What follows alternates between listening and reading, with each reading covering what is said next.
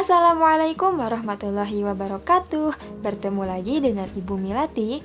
Hari ini kita akan belajar matematika tentang pengumpulan data. Sebelumnya kita harus tahu dulu apa itu data. Data adalah keterangan yang benar dan nyata. Berdasarkan cara pemerolehannya, data dibagi menjadi dua. Yang pertama, data primer. Data primer adalah pemerolehan data yang dilakukan secara langsung.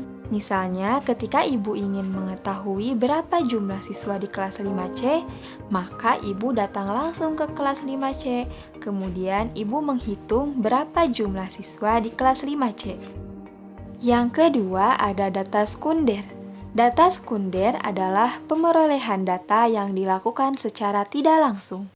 Misalnya, ketika Ibu ingin mengetahui berapa jumlah siswa di kelas 5C, Ibu tidak melihat secara langsung ke kelas 5C. Tetapi misalnya Ibu melihat ke ruang TU, kemudian mengecek di tabel kelas 5C berjumlah 30 orang misalnya. Nah, dari sana Ibu mengetahui ternyata kelas 5C ada 30 orang.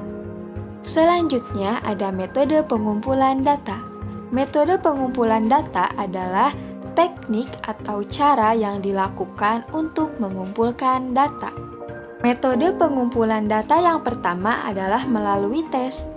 Data ini diperoleh dengan cara melakukan sebuah tes.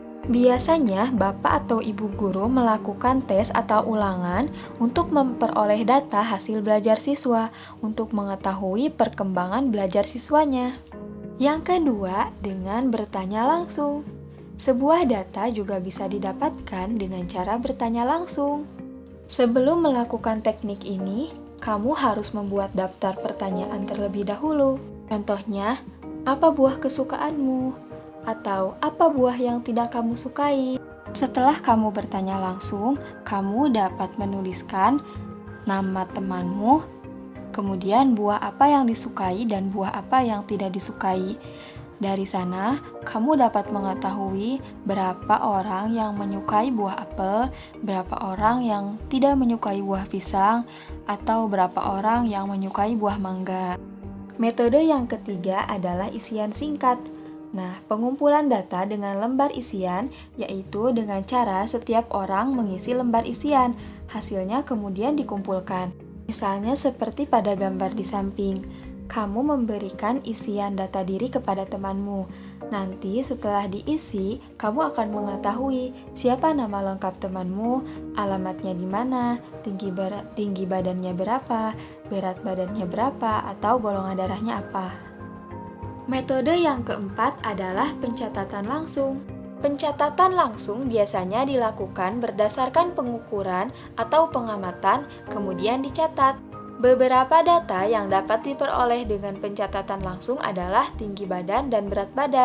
Misalnya, Ibu guru menimbang berat badan masing-masing siswa di kelas 5C. Nah, kemudian setelah ditimbang setiap siswa, dicatat langsung berapa berat badannya. Hal itu dilakukan agar Ibu guru mengetahui berapa sih berat badan siswa di kelas 5C. Nah, sekarang ayo kita berlatih mengumpulkan data. Nah, di sini sudah tertera data nilai ulangan matematika. Nah, di sini tertera ya ada beberapa nilai siswa, ada yang 65, ada yang 85, ada yang 90. Nah, kemudian bagaimana ya untuk kita mengetahui berapa nilai terkecil, berapa nilai terbesar, atau berapa jumlah siswa yang nilainya kurang dari 75. Untuk mengetahui itu, kita harus mengurutkan data dari yang terkecil sampai yang terbesar.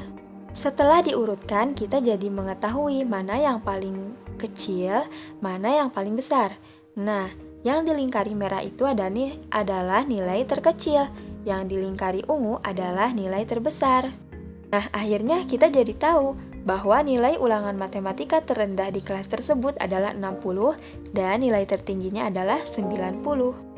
Kemudian, berapa ya siswa yang nilainya 75? Nah, setelah kita mengurutkan, kita jadi mudah menghitungnya. Kita tinggal cari berapa jumlah 75 dalam nilai ulangan matematika tersebut. Nah, setelah dihitung, ternyata ada 5 orang yang memiliki nilai 75. Kemudian ketika ditanyakan berapa siswa yang nilainya di bawah 75, kita tinggal hitung nilai sebelum 75 ada berapa. Nah, ada 60, ada 65, ada 70, 70, dan 70. Jika dijumlahkan, maka nilai siswa yang di bawah 75 ada 5 orang. Nah, demikianlah materi tentang pengumpulan data di pertemuan kali ini. Semoga bermanfaat dan dapat dimengerti. Wassalamualaikum warahmatullahi wabarakatuh.